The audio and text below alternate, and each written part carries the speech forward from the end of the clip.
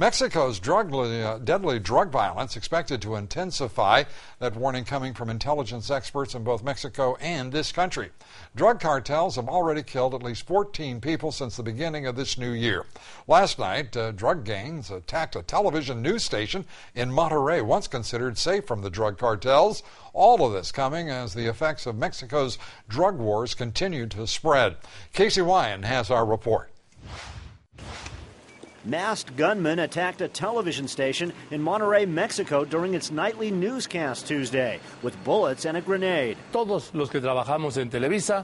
All of us at Televisa condemn this attack, the violence, the intimidation, and the intent to keep quiet the freedom of expression that belongs not just to journalists, but all Mexican people.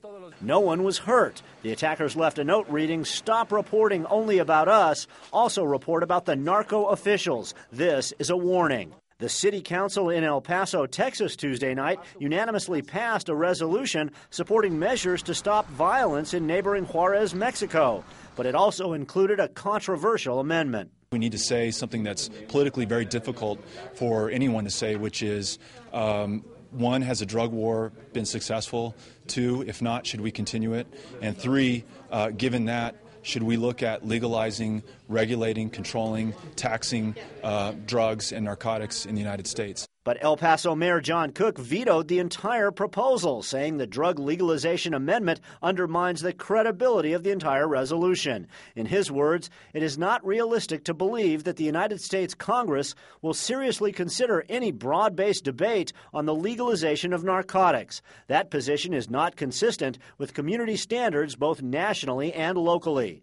Rusty Fleming, author of Narco-Warfare in the 21st Century, is meeting with El Paso city leaders Thursday. There's no solution outside of securing our southwest border.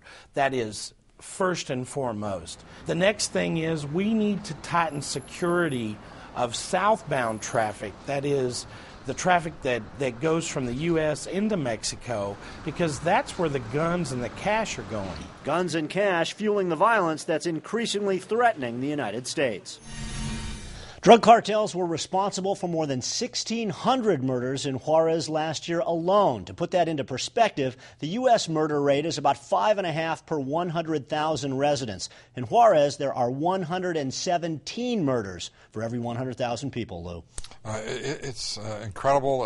The people of Mexico are undergoing a nightmare that is getting so little attention from this government. Hopefully that will change. And the resistance to securing that border is utterly irrational. It's extraordinary what is being tolerated there by this government, by this administration. Hopefully that will change. Any indication that there will be change, Casey? There doesn't seem to be, Lou, and the vote by the city council in El Paso to advocate the possible legalization of drugs speaks to the desperation that some of these local governments are feeling with the failure of the federal government in the United States and Mexico to control this drug war. People are getting a little too cute by half, sitting there talking about whether or not there should be a continuation of the war on drugs. Obviously, the members of that council really should have they should have their brains carefully checked as well as their hearts. To tolerate what has been a failure to secure that border and to permit Mexico to remain the principal source of methamphetamines, heroin, cocaine, and marijuana into this country, and then have some local yokel sitting there talking about, well, should we really think about it, trying to stop this? Well, we've got a bunch of national yokels in Washington, D.C. who've refused to look honestly in this administration and respond honestly and responsibly for the benefit, the welfare, the safety of the American public. It's extraordinary. Legalize drugs and end the war. That was the intimation on the part of the city councilman against drugs. That sounds like utter cowardice and fear. And as the mayor of El Paso, who vetoed that resolution, said he doesn't think it's got a chance of passing in Congress, Lou. Well, he's got to be a little embarrassed that he has got a council that he even would think and act that way. And congratulations to the mayor for having political courage. Extraordinary. Thank you very much. Appreciate it. Casey Wyan.